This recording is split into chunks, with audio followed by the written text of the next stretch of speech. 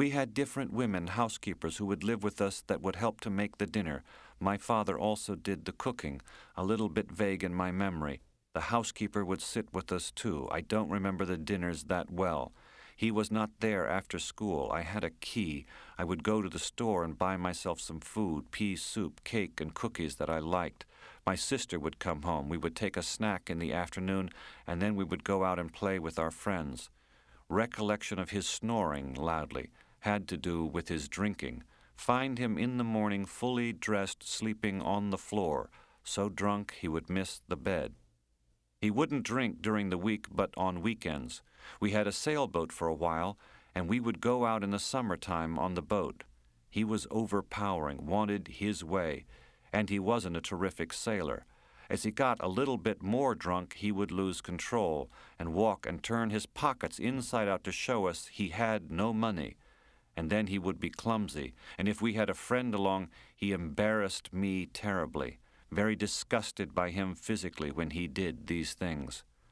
I needed clothes, so he would take me to the clothing store. I was very embarrassed by having a father to do that.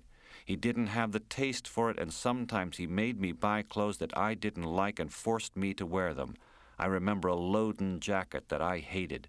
I hated it with a passion.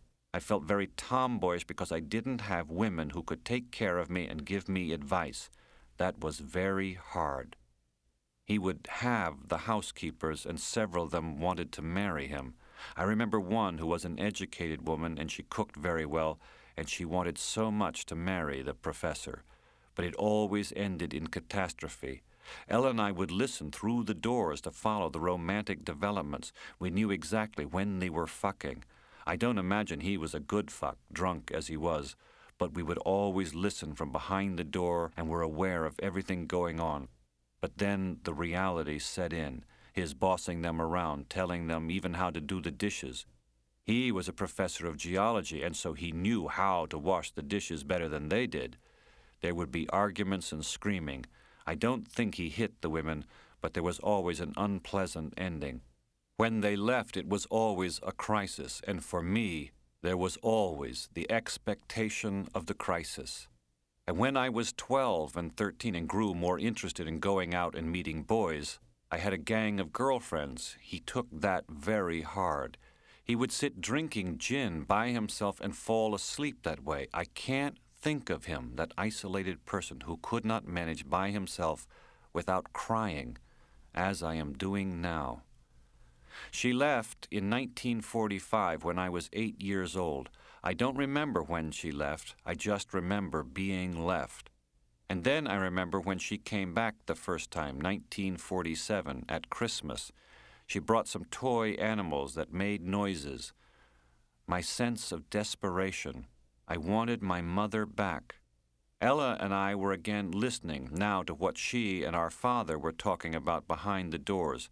Maybe they were fucking too, I don't know. But what went on behind the doors we tried to listen to.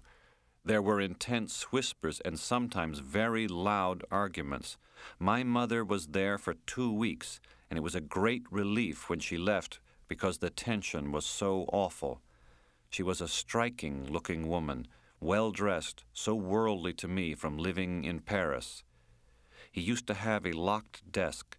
Ella and I knew how to open it with a knife, so we always had access to his secrets. We found letters from the different women. We laughed and thought it was a big joke. One night my father came into my room and he said, "Oh, I'm falling in love." And I pretended that I knew nothing. He said he was going to get married. I thought, wonderful, now I can be relieved of my duty of caring for him. She was a widow, already 60, and he thought she had some money. No sooner had they married than the argument started, the same as with the other women. This time I felt myself in the middle of the whole thing, responsible for the fact that they had married. My father came to me and said it was terrible because she was older than she said, and she didn't have the money she said she had. An enormous calamity. And she began bad-mouthing me, complaining that I didn't study, that I was spoiled, I wasn't reliable, I was messy, I didn't clean up my room, a hopeless brat, and I never told the truth or listened to what she said. I was taking a bath in my mother's place, and the phone rang, and I heard my mother screaming. My first thought was that my father had killed my stepmother.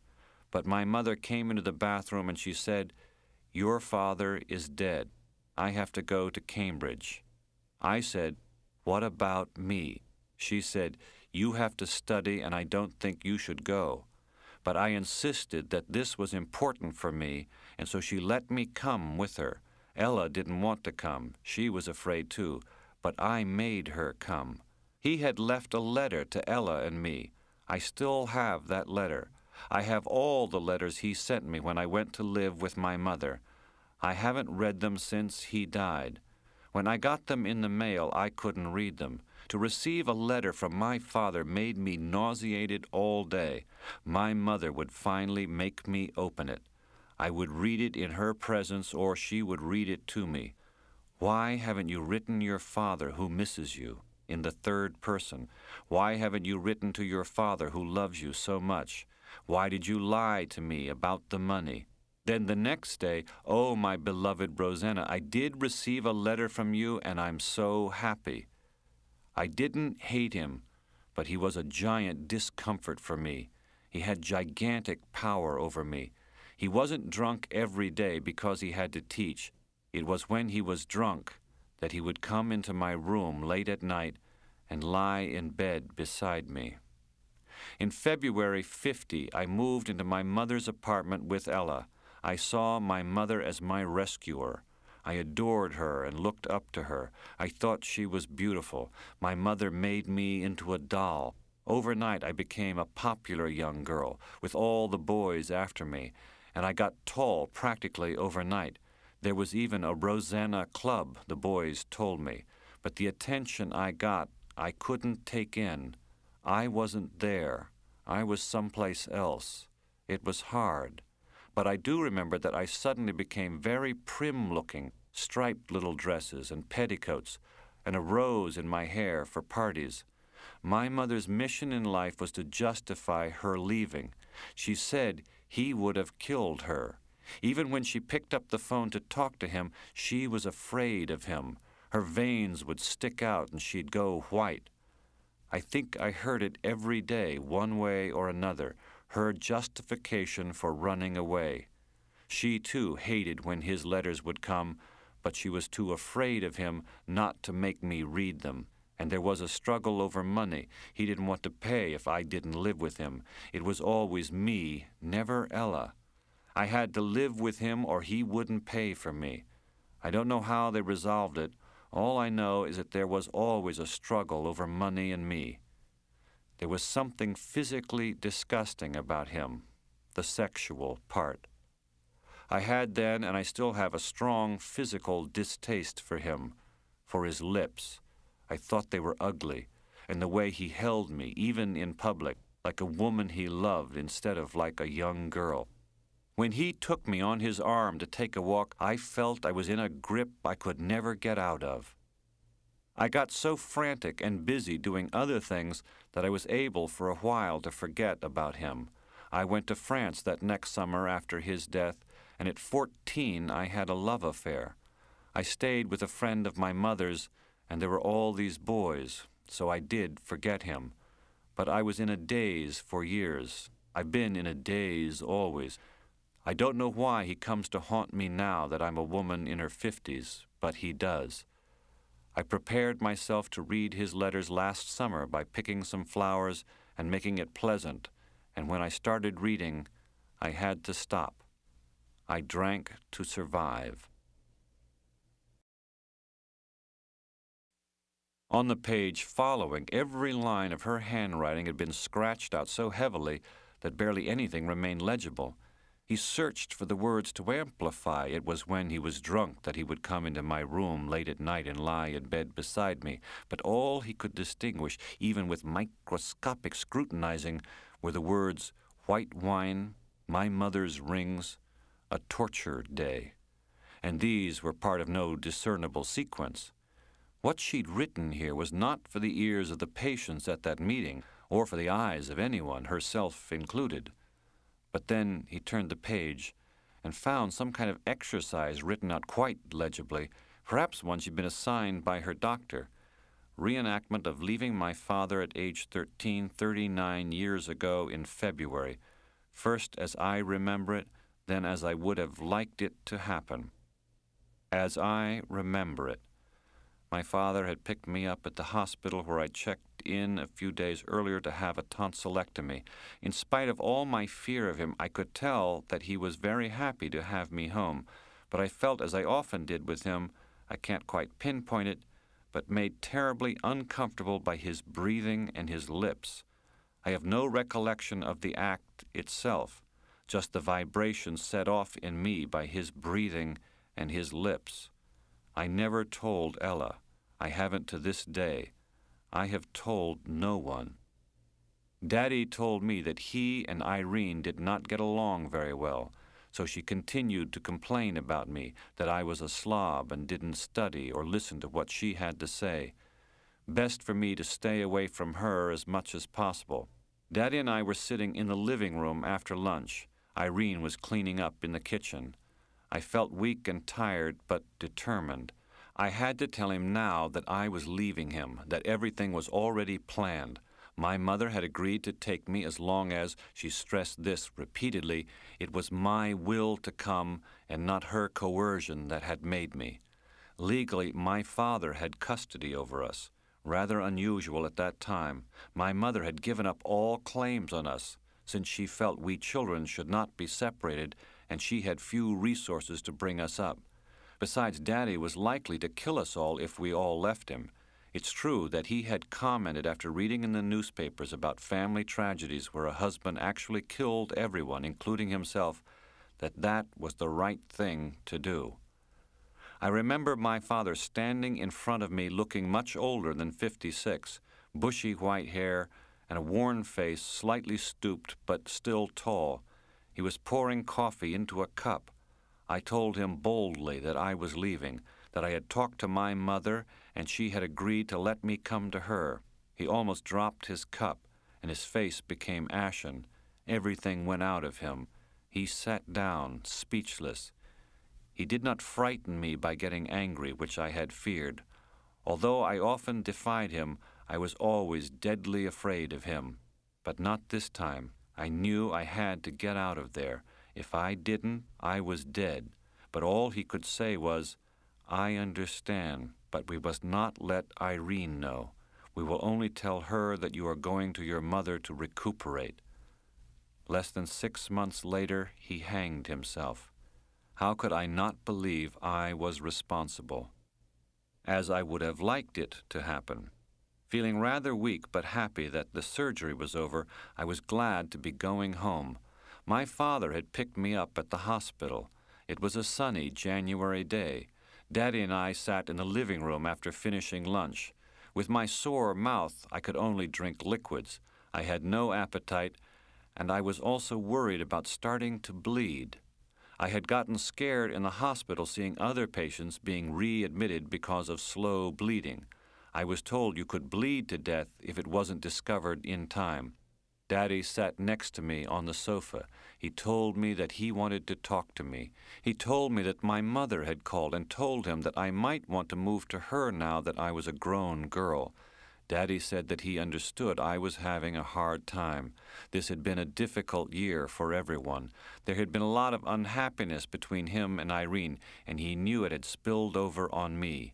His marriage was not working out the way he hoped, but I, who was his daughter and still a child, now a teenager but still a child, had absolutely no responsibility for the way things were at home. He told me that it was unfortunate that I had been in the middle, with Irene coming to complain about him and he coming to complain about her. He felt guilty about this, and therefore, though it was hard for him to see me go since he loved me dearly, he felt that should I want to go, it was probably a good idea. Of course, he would pay child support for me if I moved to Mother. He truly wanted what was best for me.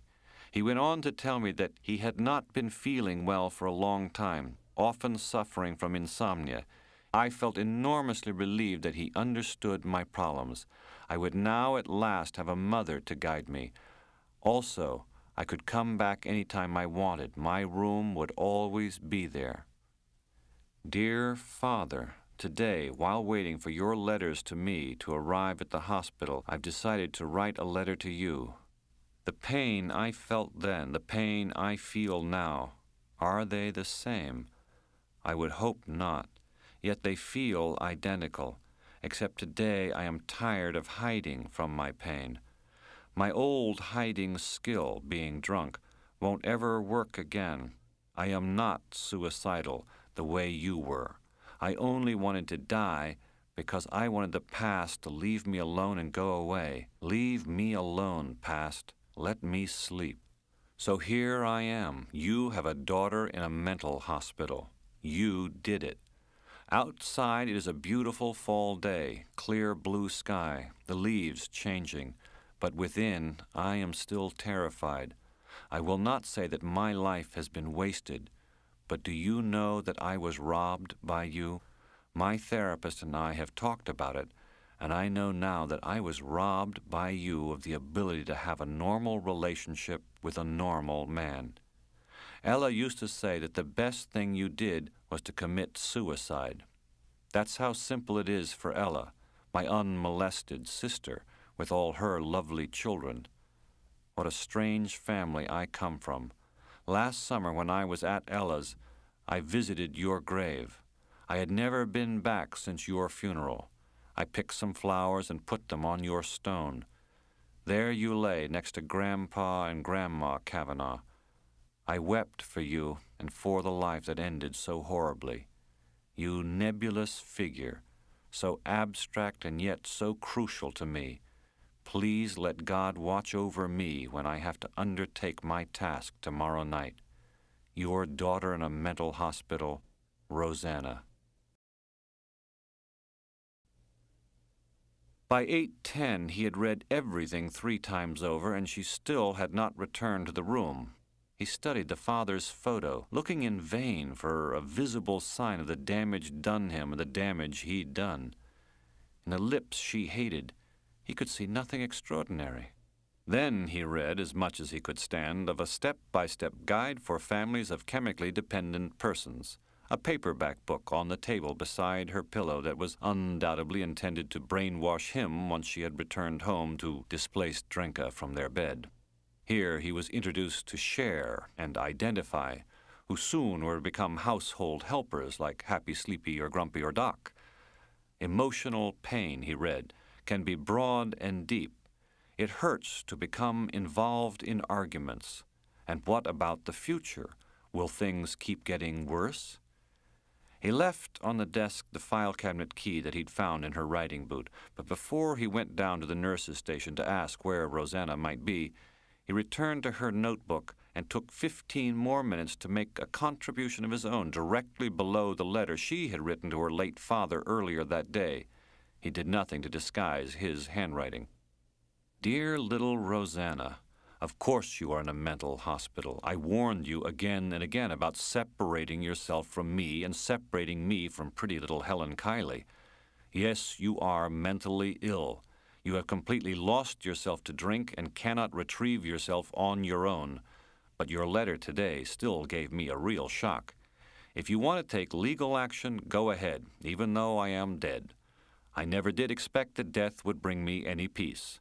Now, thanks to you, my beloved little darling, being dead is as awful as being alive was. Take legal action. You, who abandoned your father, have no position at all.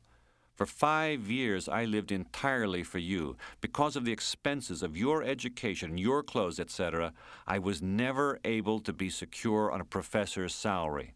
For my own part, during those years, I bought nothing, not even clothes. I even had to sell the boat. Nobody can say that I did not sacrifice everything to take loving care of you, even though one can argue about different methods of upbringing. I don't have time to write anymore. Satan is calling me to my session. Dear little Rosanna, cannot you and your husband be happy in the end? If not, the fault is entirely your mother's. Satan agrees. He and I have talked in therapy about the husband you chose, and I know for sure that I have nothing to be guilty about. If you did not marry a normal man, it is entirely your mother's fault for sending you to a coeducational school during the dangerous years of puberty. All the pain in your life is entirely her responsibility. My anxiety, which has its roots way back when I was alive, will not disappear even here because of what your mother did to you and what you did to me. In our group, there is another father who had an ungrateful daughter. He shared his agony, and we identified. It was very helpful. I learned that I cannot change my ungrateful daughter. Only how much farther do you want to push me, my little one? Didn't you push me far enough? You judge me entirely by your pain. You judge me entirely by your holy feelings. But why don't you judge me for a change by my pain, by my holy feelings?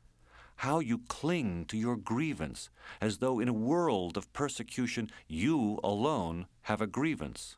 Wait till you're dead. Death is grievance, and only grievance, perennial grievance. It is despicable of you to continue this attack on your dead father. I will be in therapy here forever because of you.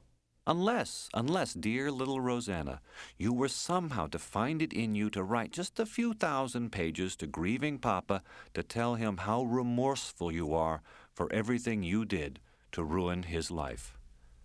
Your father in hell, Dad. Probably still at the mansion, said the nurse, consulting her watch. They hang around to smoke. Why don't you go over there? If she's headed this way, you'll pass her on the drive. But at the mansion, where smokers were indeed gathered once again outside the main door, he was told that Rosanna had gone to the gym with Rhonda to take a swim. The gym was a low, sprawling building down the lawn and across the road. They told him he could see the pool through the windows. There was no one swimming there. It was a big, well-lit pool, and after peering through the misty windows, he went inside to see if perhaps she was at the bottom of it, dead. But the young woman attendant sitting at a desk next to a pile of towels said no, Rosanna hadn't been there tonight. She'd done her 100 laps that afternoon. He proceeded back up the dark hill to the mansion to look in the lounge where the meeting had been held. He was guided to it by the glazier, who'd been reading a magazine in the parlor while someone at the piano, the Wellesley girlfriend of the Marlborough man, was tapping out Night and Day with one hand. The lounge was along a broad corridor with a pay phone at either end. Standing at one of them was a small, skinny Hispanic kid of about 20 who Rosanna had told him at dinner was an addict who dealt cocaine. She was wearing a colorful nylon sweatsuit and had a headset over her ears, even as she loudly argued over the phone in what Sabbath figured to be either Puerto Rican or Dominican Spanish. From what he understood, she was telling her mother to fuck herself.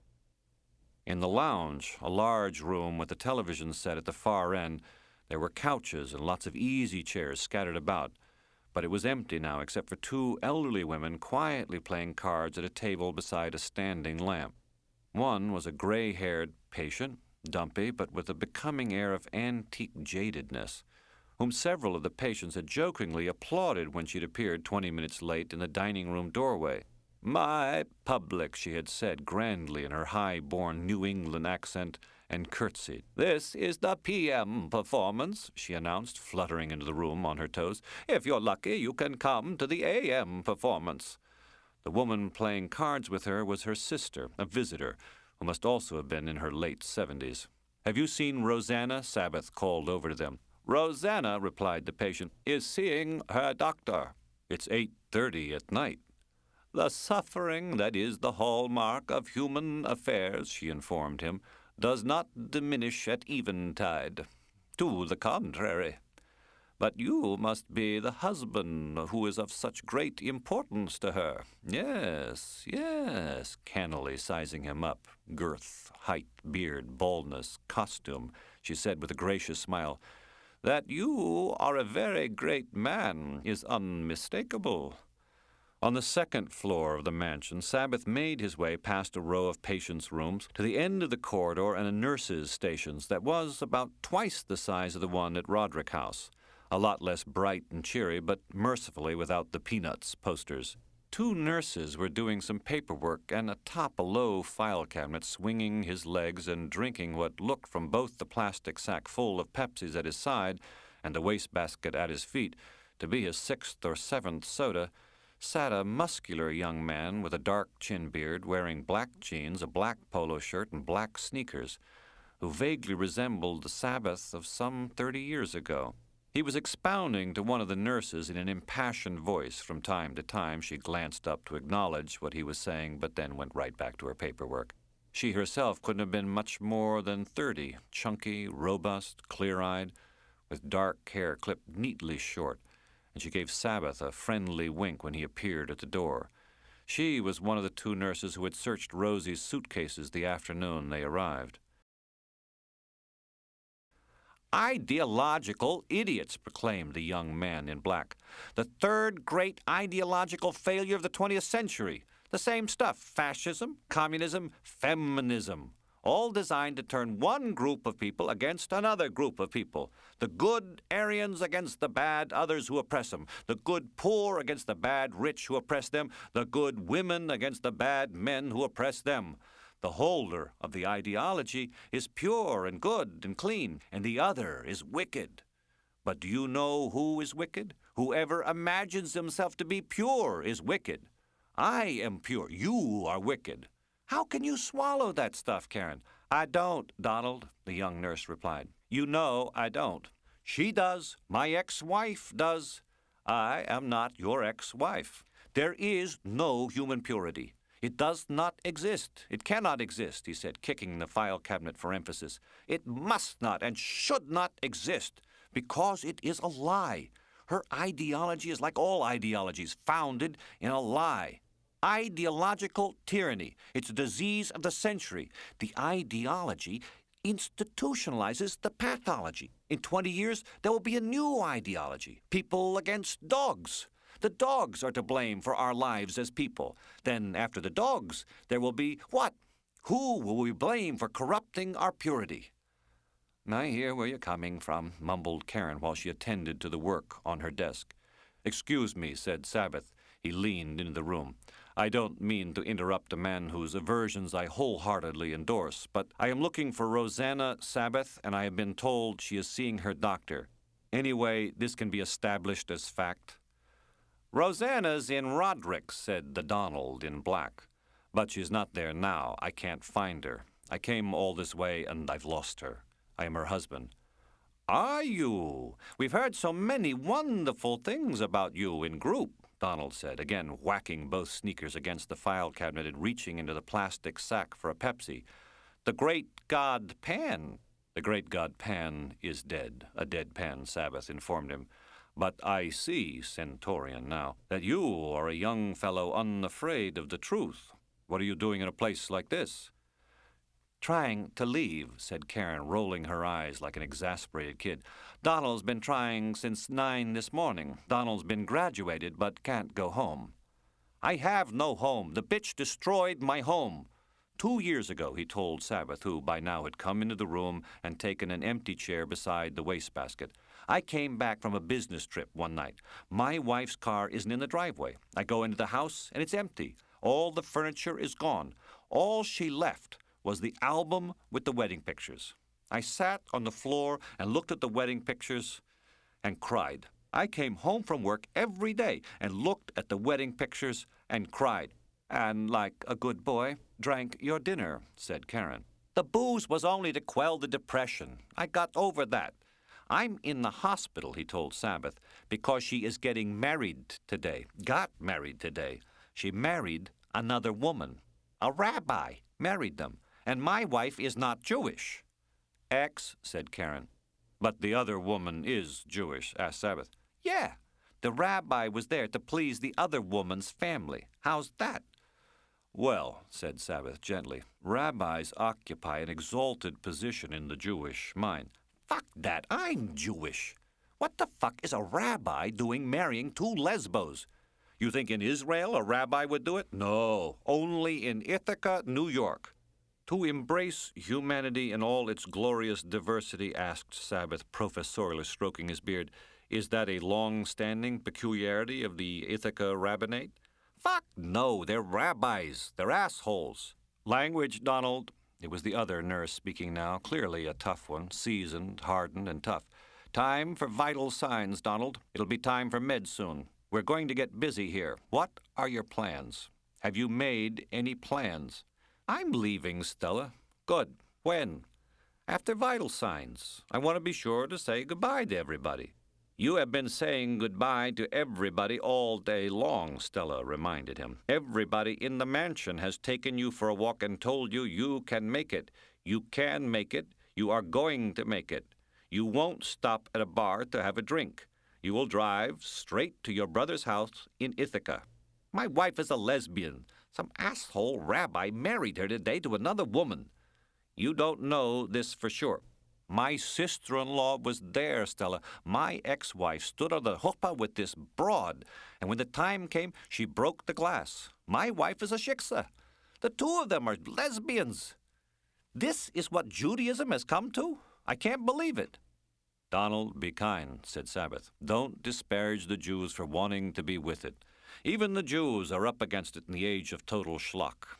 The Jews can't win, Sabbath said to Stella, who looked to be Filipino and was, like himself, an older and wiser person. Either they're mocked because they're still wearing their beards and waving their arms in the air, or they're ridiculed by people like Donald here for being up-to-the-minute servants of the sexual revolution. What if she married a zebra? Donald asked indignantly. Would a rabbi have married her to a zebra? Zebra or zebu? Asked Sabbath. What's a zebu?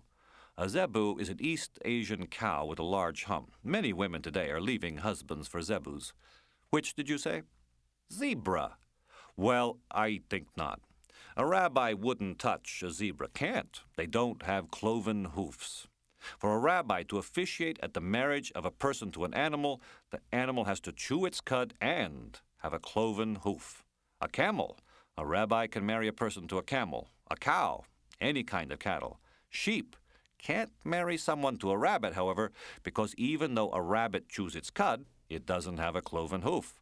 They also eat their own shit, which on the face of it you might think a point in their favor, chew their food 3 times. But what is required is twice. That's why a rabbi can't marry a person to a pig. Not that the pig is unclean. That's not the problem, never has been. The problem with the pig, though it has a cloven hoof, it doesn't chew its cud. A zebra may or may not chew its cud, I don't know, but it doesn't have a cloven hoof. And with the rabbis, 1 strike and you're out. The rabbi can marry a person to a bull, of course. The bull is like a cow. The divine animal, the bull. The Canaanite god El, which is where the Jews got Elohim, is a bull. Anti-Defamation League tries to downplay this, but like it or not, the El in Elohim, a bull. Basic religious passion is to worship a bull. Damn it, Donald, you Jews ought to be proud of that. All the ancient religions were obscene. Do you know how the Egyptians imagined the origins of the universe? Any kid can read about it in his encyclopedia. God masturbated, and his sperm flew up and created the universe. The nurses did not look happy with the turn given to the conversation by Sabbath, and so the puppeteer decided to address them directly. God's jerking off alarms you? Well, gods are alarming, girls. It's a God who commands you to cut off your foreskin. It's a God who commands you to sacrifice your firstborn. It's a God who commands you to leave your mother and father and go off into the wilderness. It's a God who sends you into slavery. It's a God who destroys. It's the spirit of a God that comes down to destroy, and yet it's a God who gives life. What in all of creation is as nasty and strong as this God who gives life? The God of the Torah embodies the world in all its horror and in all its truth. I mean, you've got to hand it to the Jews. Truly rare and admirable candor. What other people's national myth reveals their God's atrocious conduct and their own? Just read the Bible. It's all there. The backsliding, idolatrous, butchering Jews and the schizophrenia of these ancient gods. What is the archetypal Bible story? A story of betrayal, of treachery. It's just one deception after another. And whose is the greatest voice in the Bible? Isaiah. The mad desire to obliterate all, the mad desire to save all. The greatest voice in the Bible is the voice of somebody who has lost his mind. And that God, that Hebrew God, you can't escape him. What's shocking is not his monstrous features. Plenty of gods are monstrous. It seems almost to have been the prerequisite. But that there's no recourse from him, no power beyond his. The most atrocious feature of God, my friends, is the totalitarianism. This vengeful, seething God, this punishment-ordaining bastard is ultimate. Mind if I have a Pepsi? Sabbath inquired of Donald. Awesome, said Donald, and thinking, perhaps, as Sabbath was thinking, that this was the way people in a madhouse were supposed to talk, he took a cold can out of the plastic sack and even opened the tab for Sabbath before handing it on to him. Sabbath took a long swig just as the baby cocaine dealer came in to have her vital signs checked. She was listening to the music on her headset and singing along with the lyrics in a flattish, unvarying, throaty tone. Lick it, baby, lick it, lick it. When she saw Donald, she said, "Ain't you going?" "I wanted to see them take your blood pressure one last time." "Yeah? That make you hot, Donnie?" "What is her pressure?" asked Sabbath. "What would you think?" "Linda? Doesn't make much difference to Linda. Her pressure isn't the big thing in Linda's life." "How do you feel, Linda?" Sabbath asked her. "Estás siempre enfadada con tu mamá?" "La odio." "Por qué, Linda?" "Ella me odia a mí." "Her pressure's 120 over 100, said Sabbath. "Linda?" said Donald. "Linda's a kid. 120 over 70. "Want to bet the spread?" said Sabbath. $1 on the spread, another $1 if you hit the diastolic or the systolic, 3 if you nail them both. He took a wad of singles out of his pants pocket, and when he smoothed them into a pile on the palm of one hand, Donald took some bills out of his wallet and said to Karen, who was standing holding the blood pressure cuff beside the chair where Linda was seated, "Go ahead, I'll play him." "Now, what's going on here?" Karen asked. "Play what?" "Go ahead, take her pressure." "Jesus," Karen said, and put the cuff on Linda, who was singing along with the tape again. "Shut up," said Karen. She listened through the stethoscope, making a recording in the ledger, and then took Linda's pulse. "What was it?" said Donald. Karen was silent as she entered the pulse rate in the ledger. "Oh, fuck, Karen! What was it?" 120 over 100, Karen said. "Shit. $4, said Sabbath, and Donald peeled off the money and gave it to him. Next, Sharapa the barber back in Bradley. In the doorway was Ray in his silk robe. He went silently to the chair and rolled up his left sleeve. 140 over 90, said Sabbath. 160 over 100, said Donald. Ray nervously tapped the book in his hand until Karen touched his fingers and made him relax them. Then she took his pressure. Linda, leaning against the door frame, was waiting to see who was going to win all the money. "This is great," she said. "This is crazy." 150, said Karen, over 100. "I got you on the spread," said Sabbath. "You got me on the diastolic. It's a wash. Next." His next was the young woman with the scar on her wrist, the tall, pretty blonde who slouched and who'd given Sabbath directions to Roderick House before dinner. She said to Donald, "Aren't you ever leaving?" "If you come with me, Madeline. You look good, honey. You're almost standing straight." "Don't get alarmed. It's the same old me," she said. "Listen to what I found in the library today. I was reading the journals. Listen." She took a piece of paper out of the pocket of her jeans.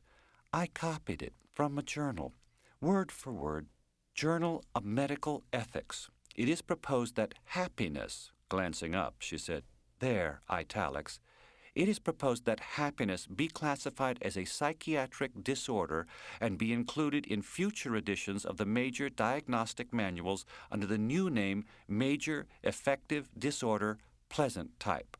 In a review of the relevant literature, it is shown that happiness is statistically abnormal, consists of a discrete cluster of symptoms, is associated with a range of cognitive abnormalities, and probably reflects the abnormal functioning of the central nervous system. One possible objection to this proposal remains that happiness is not negatively valued. However, this objection is dismissed as scientifically irrelevant." Donald looked pleased, proud, beguiled, as though the reason for his stalling around was indeed to run off with Madeline. "You make that up?" "If I'd made it up, it would be clever." "Nope. A psychiatrist made it up. That's why it's not. Oh, bullshit, Madeline. Saunders isn't stupid. He used to be an analyst, he told Sabbath, the guy who runs the place. And now he's like this cool guy psychiatrist who tries to be relaxed about everything, not too analytic. He's into this big cognitive behavioral thing, trying to make yourself stop if you're having obsessive ruminations. Just train yourself to say stop. That's not stupid? Asked Madeline. And meanwhile, what am I supposed to do about my rage and having no confidence? Nothing is easy. Nothing is pleasant. What am I supposed to do about this idiotic therapist I had this morning for assertiveness training? I had her again this afternoon. We had to sit through a videotape on medical aspects of addiction, and afterwards she led the discussion, and I raised my hand. I said, "There are some things that I don't understand about this tape. You know, when they have the experiment on the two different mice, and the idiot therapist says, 'Madeline, this is not a discussion about that. This is a discussion about your feelings. How did the tape make you feel about your alcoholism?' I said, 'Frustrated.' It raised more questions than it answered. 'Okay,' she said in that perky way she has. 'Madeline feels frustrated. Anyone else? What do you feel, Nick?' So we go around the room, and so I raised my hand again, and I said, 'If we could ever just for a minute shift the discussion from the level of feelings to the level of information.' 'Madeline,' she says, 'this is a discussion of people's feelings in response to this tape. If you have a need for information, I suggest you go to the library and look things up.' That's how I wound up in the library. My feelings. Who cares how I feel about my addiction? If you will only keep monitoring your feelings, said Karen, that is what is going to keep you from being addicted." "It's not worth it," said Madeline. "It is," said Karen. "Yeah," said Donald. "You're an addict, Madeline, because you're not connected to people, and you're not connected to people because you haven't told them your feelings." "Oh, why can't things just be nice?" asked Madeline. "I just want to be told what to do anyway." "I like when you say that," said Donald. "I just want to be told what to do. It's a turn-on in that little voice." "Ignore his negativity, Madeline," Karen, the nurse, told her. "He's just pulling your chain." But Madeline appeared unable to ignore anything. "Well," she said to Donald, "in certain situations I do like to be told what to do, and in certain other situations I like to make demands." "So there you go," said Donald. "It's all too fucking complicated." "I had art therapy this afternoon," Madeline told him. "Did you draw a picture, dear?" "I did a collage." "Somebody interpret it for you?" "They didn't need to." Donald, laughing, started on another Pepsi. "So how's your crying going?" "I'm in a real slump of a day. I woke up crying this morning. I cried all morning long. I cried in meditation. I cried in group. You'd think it would dry up." "Everybody cries in the morning," Karen said. "It's just part of getting underway." "I don't know why today should be worse than yesterday," Madeline told her. "I think all the same dark thoughts, but they're not any darker today than they were yesterday. In meditation, guess who we read from in our little daily meditation book? Shirley MacLaine. And this morning, I went to the Sharps nurse to get my tweezers. I said, 'I need my tweezers out of the Sharps closet.' And she said, 'You have to use them here, Madeline. I don't want you to take them back to your room.' And so I said, 'If I'm going to kill myself, I'm not going to do it with tweezers.'" "Tweeze yourself to death," said Donald. "Hard to do. How do you do that, Karen?" Karen ignored him. "I got very angry," said Madeline. "I told her, 'I can crack the light bulb and swallow it, too. Give me my tweezers.' But she wouldn't, just because I was crying." At AA, Donald said to Sabbath, "They go around at the beginning of the meeting. Everybody has to introduce themselves. 'Hi, my name is Christopher. I'm an alcoholic.' 'Hi, my name is Mitchell. I'm an alcoholic.' 'Hi, my name is Flora. I'm cross-addicted.'" "Cross-addicted?" Sabbath asked. "Oh, no, some Catholic thing. I think she's in the wrong group. Anyway, they get to Madeline. Madeline gets up. My name is Madeline. What's your red wine by the glass? How's your smoking? He asked her. I am basically smoking like a fiend, said Donald. Smoking is just another of your defenses against intimacy, Madeline. You know nobody wants to kiss a smoker anymore. I'm smoking even more than when I came in.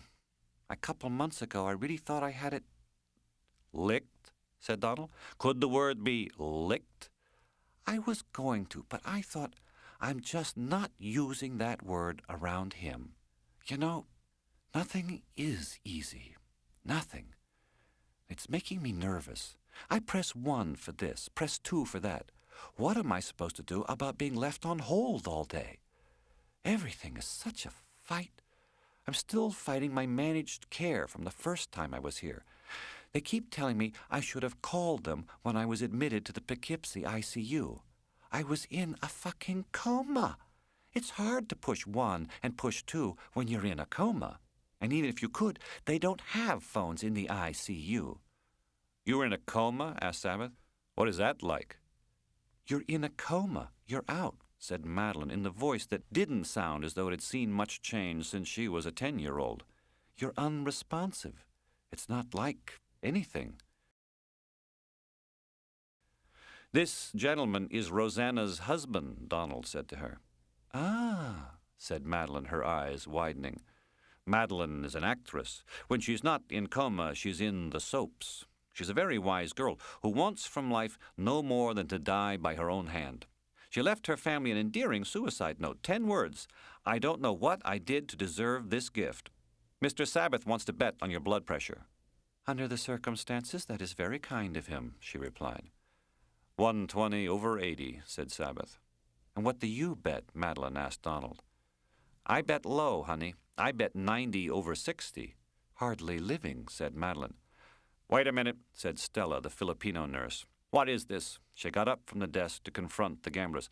Usher is a hospital, she said, glaring directly at Sabbath. These people are patients. Donald, show a little mental toughness, Donald. Get in your car and go home. And you, did you come here to play games, or did you come here to see your wife? My wife is hiding from me. You get out. You leave. I can't find my wife.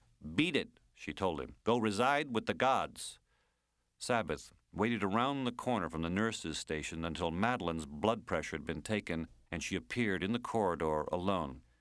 Can you lead me to Roderick House again? He asked her. Sorry, I can't go outside. If you could just get me aimed in the right direction?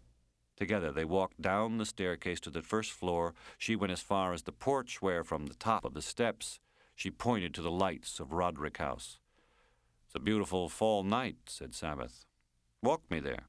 I can't. I'm a high-risk person. For a psychiatric hospital, you have a lot of freedom here. But after dark, I'm not allowed outside. I'm only a week out of ACU. What's ACU? Acute Care Unit. The place on the hill? Yeah. A Holiday Inn you can't get out of. Were you the most acute person there? I don't really know. I wasn't paying much attention. They won't let you have caffeine after breakfast, so I was busy storing up tea from morning. So pathetic. I was too busy working out the caffeine smuggling to make many friends. Come. We'll find you a Lipton's tea bag to suck on. I can't. I have a program tonight. I think I have to go to relapse prevention. Aren't you a bit ahead of yourself? Actually, no. I've been planning my relapse. Come with me. I really should go and work on my relapse. Come on. She hurried down the steps and started with him along the dark drive to Roderick House. He had to move fast. How old are you? Sabbath asked. 29. You look 10. And I tried not to look too young tonight. Didn't it work? I get carded all the time. They're always asking for my ID. Whenever I have to wait in a doctor's office, the receptionist gives me a copy of 17. Aside from how I look, I act younger than I am, too. That you can expect to get worse. Whatever. The harsh reality. Why did you try to kill yourself? I don't know. The only thing that doesn't bore me. The only thing worth thinking about. Besides, by the middle of the day, I think the day has gone on long enough, and there's only one way to make the day go away, and that is either booze or bed. And that does it? No. So next you try suicide, the taboo.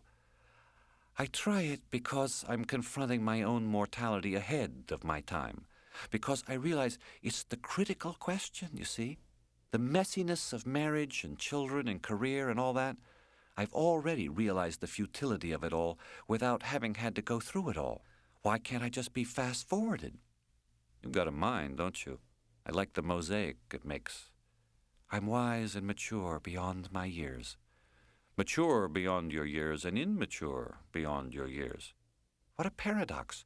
Well, you can only be young once, but you can be immature forever. The too wise child who doesn't want to live. You're an actress? Of course not. Donald's humor, Madeline's life is soap opera. I think he anticipated something of a romantic nature between us. There was an element of seduction, which was sort of touching in its own little way. He said lots of glowing and flattering things about me, intelligent, attractive. He told me I should stand up straight, to do something about my shoulders. Elongate, honey. What happens when you stand up straight? Her voice was soft, and the answer that she muttered now he couldn't even hear. You must speak up, dear. I'm sorry. I said nothing happens. Why do you speak so quietly? Why? That's a good question. You don't stand up straight, and you don't speak loud enough. Oh, just like my father, my high, squeaky voice. Is that what he tells you? All my life. Another one with a father. Yes, indeed. How tall are you when you stand up straight? Under 5'10", but it's hard to stand up straight when you're at the lowest point of your life. Also hard when you went through high school, not only 5'10", not only with a conspicuously active mind, but flat-chested to boot.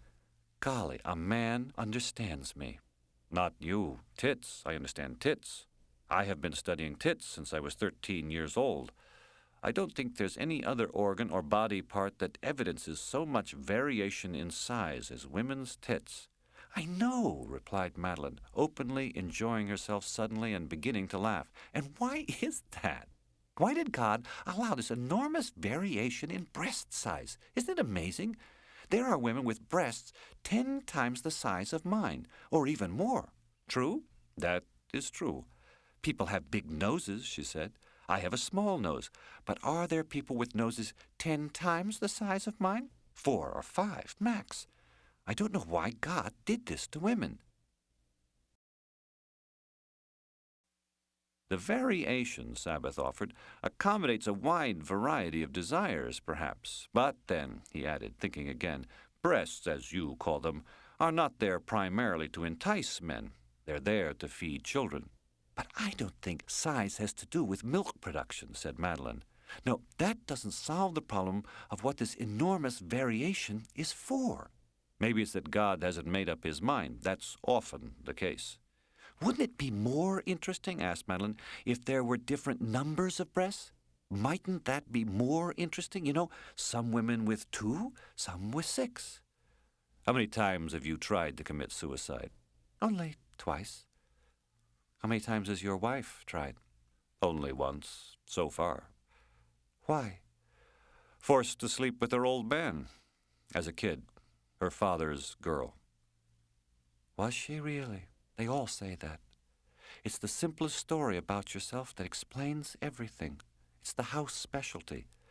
These people read more complicated stories in the newspaper every day, and then they're handed this version of their lives.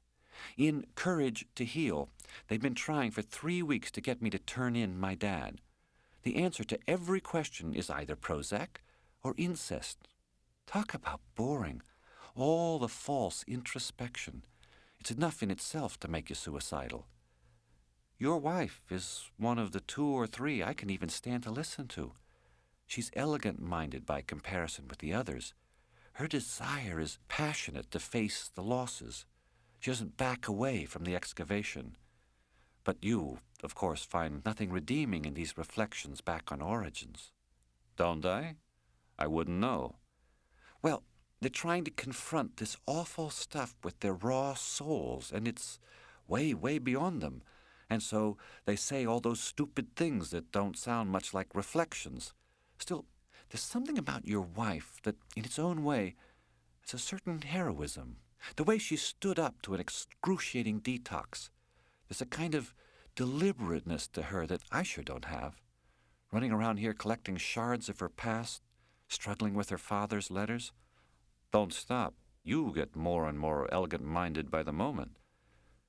Look, she's a drunk. Drunks drive people nuts. And to the husband, that's the crux. Fair enough. She's putting up a struggle that you disdain for its lack of genius. She doesn't have your wit, and so forth, and so she can't have the penetrating cynicism. But she has as much nobility as someone can within the limits of her imagination. How do you know she does? I don't. I just made it up. I make it up as I go along. Doesn't everyone? Rosanna's heroism and nobility. I mean, it's clear to me that she did suffer a great blow, and that she's earned her pain, that's all. She came by her pain honestly. How? Her father's suicide. The awful way in which he suffocated her. Her father's effort to become the great man in her life. And then the suicide. Wreaking that vengeance on her just for saving her own life. That was a huge blow for a young girl. You couldn't really ask for a bigger one. So you believe he fucked her, or you don't? I don't. I don't believe it, because it's not necessary. She had enough without it. You're talking about a little girl and her father. Little girls love their fathers. That's enough going on there. The courting is all you need. It doesn't require a seduction. Could be he killed himself not because they had consummated it, but because that they couldn't. A lot of suicides, gloomy people with guilty ruminations, think their families would be better off without them. And did you think like that, Madeline? Nope. I thought I might be better off without my family. If you know all this, said Sabbath, or know enough to make it up, how come I'm meeting you here? You're meeting me here because I know all this. Guess who I'm reading in the library? Erik Erikson. I'm in the intimacy versus isolation stage, if I understand him correctly, and I think really not coming out ahead. You are in the generativity versus stagnation stage, but you are quickly approaching the integrity versus despair stage. I have no children. I haven't generated shit. You'll be relieved to learn that the childless can generate through acts of altruism. Unlikely in my case. What is it again I have to look forward to? Integrity versus despair. And how do things look for me from what you've read? Well, it depends whether life is basically meaningful and purposeful, she said, bursting out laughing. Sabbath laughed too. What's so funny about purposeful, Madeline? You do ask tough questions. Yeah, well, it's amazing what you find out when you ask. Anyway, I don't have to worry yet about generativity. I told you, I'm in intimacy versus isolation. And how are you doing? I think it's questionable how I'm doing on the intimacy question. And on the isolation one? I get the feeling they're somewhat meant by Dr. Erikson to be polar opposites. If you're not doing well in one, you must be scoring fairly high in the other. And you are? Well, I guess mainly in the romantic arena. I didn't realize until I read Dr. Erikson that this was my developmental goal, she said, starting to laugh again. I guess I haven't achieved it. And what's your developmental goal? I suppose a stable little relationship with a man and all his fucking complex needs. When was the last time you had that? 7 years ago. It hasn't been an abysmal failure. I can't really tell objectively how sorry I should feel for myself. I don't give the same credibility to my being that other people give to theirs. Everything feels acted. Everything is acted. Whatever. With me, there's some glue missing, something fundamental to everyone else that I don't have. My life never seems real to me. I have to see you again, Sabbath said. So this is a flirtation. I wondered, but couldn't believe it. Are you always attracted to damaged women? I didn't know there were any other kind. Being called damaged is a lot worse than being called cuckoo, isn't it? I believe you were called damaged by yourself. Whatever. That's the risk you take talking. In high school, I was called ditzy. What's ditzy mean? Kind of an airhead. Call Mr. Casterman, my math teacher. He'll tell you. I'd always be coming in from cooking class with flour all over me. I never slept with a girl who tried to commit suicide. Sleep with your wife. That is ditzy. Her laugh was very sly now, a delightful surprise. A delightful person, suffused by a light soulfulness that wasn't at all juvenile, however juvenile she happened to look. An adventurous mind with an intuitive treasure that her suffering hadn't shut down. Madeline displayed the bright, sadder but wiser outlook of an alert first grader who discovered the alphabet in a school where Ecclesiastes is the primer. Life is futility, a deeply terrible experience, but the really serious thing is reading. The sliding about of her self-possession was practically visible as she spoke. Self-possession was not her center of gravity, nor was anything else of hers that was on display, other perhaps than a way of saying things that was appealing to him for being just a little impersonal. Whatever had denied her a woman's breast and a woman's face had made compensation of sorts by charging her mind with erotic significance. Or so, at least, its significance swept over Sabbath, ever vigilant to all stimuli. A sensual promise that permeated her intelligence disarranged pleasantly his hard-on's time-worn hopes. "What would it be like for you," she asked him, "sleeping with me? Like sleeping with a corpse? A ghost? A corpse resurrected?" "No. Sleeping with somebody who took the thing to the final step." "The adolescent romanticism makes you look like an asshole," said Madeline. "I've looked like an asshole before, so what? What are you so bitter about at your age?" "Yes, my retrospective bitterness." "What's it about?" "I don't know." "But you do." "You just like to dig right on in there, don't you, Mr. Sabbath? What am I bitter about? All those years I worked and planned for things. It all seems... I'm not sure." "Come down to my car." She gave the suggestion serious consideration before she replied. "For a quart of vodka?" "A pint," he said. "In return for sexual favors? A quart." "A fifth." "A quart." "I'll get it," he said. "You do that." Sabbath ran to the parking lot. In a frenzy, drove the 3 miles to Usher, found a liquor store, bought 2 quarts of Stolichnaya, and drove back to the parking lot, where Madeline was to be waiting. He'd done the whole thing in 12 minutes, but she wasn't there. She wasn't among the smokers outside the mansion. She wasn't in the mansion lounge playing cards with the 2 old ladies, or in the parlor where the battered Wellesley girl was now doggedly trying her luck with When the Saints Go Marching In. And when he retraced their steps, she was not anywhere along the route to Roderick House. So there he was, alone in the shadows on a beautiful fall night, 2 quarts of the best 100-proof vodka in a brown paper bag beneath his arm, stood up by someone whom he'd had every reason to trust, when a guard appeared behind him, a very large black man in a blue security officer's uniform and carrying a walkie-talkie, and asked him politely what his business was. The explanation having proved inadequate, 2 more guards appeared, and though no one assaulted him physically, there were insults to be endured from the youngest and most vigilant of the guards, while Sabbath voluntarily allowed himself to be escorted to his car. There the 3 examined his license and registration by flashlight, wrote down his name and his out-of-state license number, then took the car keys and got in the car, 2 in the back with Sabbath and the Stolichnaya, and 1 up front to drive the car off the grounds. Mrs. Sabbath would be questioned before she went to bed, and a report filed with the chief doctor, who happened to be Rosanna's doctor, first thing in the morning. If the patient had arranged for her visitor to bring her alcohol, his wife would be ejected on the spot. He arrived in Madamascar Falls close to 1 a.m. Exhausted as he was, he drove to the lake, and then followed Fox Run crossing up past the inn to where the Boliches lived, atop the hill overlooking the water, in a new house as spacious and lavish as any on the mountain.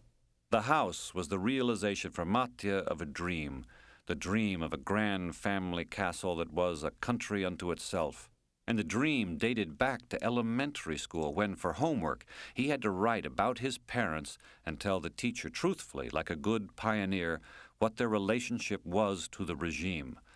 Matya had even brought a blacksmith over from Yugoslavia, an artisan from the Dalmatian coast, to stay for 6 months at the inn's annex and work at a forge near Blackwall, where he made the outdoor railings for the vast green terrace that looked out onto the sunset staged at the western end of the lake, the indoor banisters for the wide central staircase that twisted up toward the dome ceiling, and the filigreed iron entrance gates operated electronically from the house. The iron chandelier had come by sea from Split. Matya's brother was a contractor, and he had bought it from gypsies who sold all that kind of antique stuff. The chain forged for the chandelier by the resident blacksmith hung menacingly down the 2 stories from the sky-blue dome into a foyer where there were leaded stained-glass window panels to either side of a mahogany double door. Through the doorway, you could have driven a horse-drawn carriage onto the marble floor, cut especially for the house after Matya had gone to Vermont to inspect the quarry. It seemed a Sabbath, the first day that Matya had taken Sylvia to see the sights, and Drenka was fucked on Sylvia's bed in Sylvia's dirndl, that no 2 rooms in the house were level with each other, but had to be reached by going up or down 3, 4, or 5 highly varnished broad steps. And there were wood carvings of kings on pedestals beside the stairways between the rooms. A Boston antiques dealer had found them in Vienna, 17 medieval kings who together had to have beheaded at least as many of their subjects as Matya had beheaded chickens for his popular chicken paprikash with noodles. There were 6 beds in the house, all with brass frames. The pink marble jacuzzi could seat 6. The modernistic kitchen with the state-of-the-art cooking island at its heart could seat 16. The dining room with the tapestried walls could seat 30. Nobody, however, used the jacuzzi or entered the dining room. The Balaches slept in just one claustrophobic bed. And the prepared food they carried from the inn late at night, they ate in front of a TV console installed on 4 empty egg crates in a room as barren and humble as any you would have found in a workers' housing block built by Tito. Because Matya was fearful lest his good fortune arouse envy in his guests no less than in his staff, the house had deliberately been situated behind a triangular expanse of firs said to be as old as any in New England. The stand of trees pointed dramatically heavenward, stately schooner masts that had been spared the colonial axe. And yet the roof lines of Matya's $1,000,000 house, conforming to his fanciful immigrant aim, looked at first glance to be going in every direction except up. Strange. The tamed, abstemious, frugal foreigner, beneficiary not merely of his own dedicated hard work, but of the fat cat blowout of the 80s, conceives for himself a palace of abundance, as grand a manifestation as he can imagine of his personal triumph over Comrade Tito, while his wife's intemperate lover, the native-born American hog, lives in a 4-room little box built without a basement in the 1920s, a pleasant enough house by now, but one that only Rosanna's ingenuity with a paintbrush and a sewing machine and a hammer and nails had been able to salvage from the dank Tobacco Road horror it was when, in the mid-60s, Rosanna came up with the bright idea of domesticating Sabbath. Home and hearth, the woods, the streams, the snow, the thaw, the spring, New England's spring, that surprise that is among the greatest reinvigorators of humankind on record. She pinned her hopes on the mountainous north and a child, a family, a mother, a father, cross-country skis, and the kids, a lively, healthy band of shrieking kids running unmenaced all over the place, enabled by the very air they breathed to avoid growing up like their malformed parents entirely at the mercy of living. Rural domestication, the city dweller's old agrarian dream of live free or die license plates on the Volvo, was the purifying rubric, not simply by which he hoped and prayed she could put to rest her father's ghost, but by which Sabbath could silence Nicky's. Little wonder Rosanna was in orbit from there on out. There were no lights on at the Malaches, at least not that Sabbath could see through the fir tree wall. He tapped twice on the horn, waited, tapped twice, and then sat for 10 minutes till it was time to tap the horn once again and allow her 5 minutes more before driving away. Drenka was a light sleeper. She'd become a light sleeper when she became a mother. The smallest noise, the tiniest cry of distress from little Matthew's room, and she was out of bed and had him in her arms. She told Sabbath that when Matthew was a baby, she would lie down and sleep on the floor beside his crib to be certain that he didn't stop breathing. Even when he got to be 4 and 5, she would sometimes be seized in her bed by fears for his safety or his health and spend the night on the floor of his room. She had done her mothering the way she had did everything, as though she were breaking down a door. Lead her into temptation, into motherhood, into software, and you got the impress of all of her. All that rash energy without a single restraint. In full force, this woman was extraordinary. To whatever was demanded, she had no aversion. Fear, of course, plenty of fear, but aversions, none. An amazing experience, this thoroughly unaloof Slav for whom her existence was a great experiment, the erotic light of his life. And he had found her not dangling a little key from her finger on Rue Saint-Denis between Châtelet and the archway of the Porte Saint-Denis, but in Madamascar Falls, capital of caution, where the local population is content to be in raptures about changing the clock twice a year. He rolled down the window and heard the Balich's horses breathing in the paddock across the road. Then he saw 2 of them looming up by the fence. He opened a Stolitznaya bottle. He'd been drinking some since he went to sea, but never like Rosanna. That moderation and circumcision were about all he had to show for being a Jew, which was probably the best of it anyway. He took 2 drinks, and there she was, in her nightgown with a shawl drawn around her shoulders. He reached out the window, and there they were. 260 miles round trip, but it was worth it for Drenka's breasts. "What is it, Mickey? What's wrong?" "Not much chance for a blowjob, I guess." "Darling, no." "Get in the car." No, tomorrow." He took her flashlight out of her hand and shined it into his lap. "Oh, it's so big, my darling. I can't now, Matta." "If he wakes up before I come, fuck it, we'll run away. We'll do it. I'll just turn on the motor and off we'll go like Vronsky and Anna. Enough of this hiding out shit. Our whole lives are hiding." "I mean, Matthew, he's working. He could come by." "He'll think we're kids necking. Get in, Drenka." "We can't. You're crazy. Matthew knows the car. You're drunk. I have to go back. I love you." "Rosanna may be out tomorrow." "But," she exclaimed, "I thought 2 more weeks." "What am I supposed to do with this thing?" "You know what?" Drenka leaned in through the open window, squeezed it, jerked it once. "Go home," she pleaded, then ran for the path back to the house. On the 15-minute drive to Brick Furnace Road, Sabbath saw only one other vehicle on the road, the state police cruiser. That's why she was up, listening to the scanner, warming to the biblical justice of being taken in for adulterous sodomy by her son. He sounded his horn and flashed his lights. But for the time being, the run of bad luck had come to an end. Nobody came terrassing after the county's leading sex offender and had him pull over to surrender his license and registration. No one invited him to justify how he came to be driving with a vodka bottle in his steering hand and a dick in the other. His focus not at all on the highway, not even on Drenka, but on that child's face that masked a mind whose core was all clarity, on that lanky blonde with the droopy shoulders and the delicate voice and the freshly sliced wrist, who was just 3 weeks clear of going completely off the rails.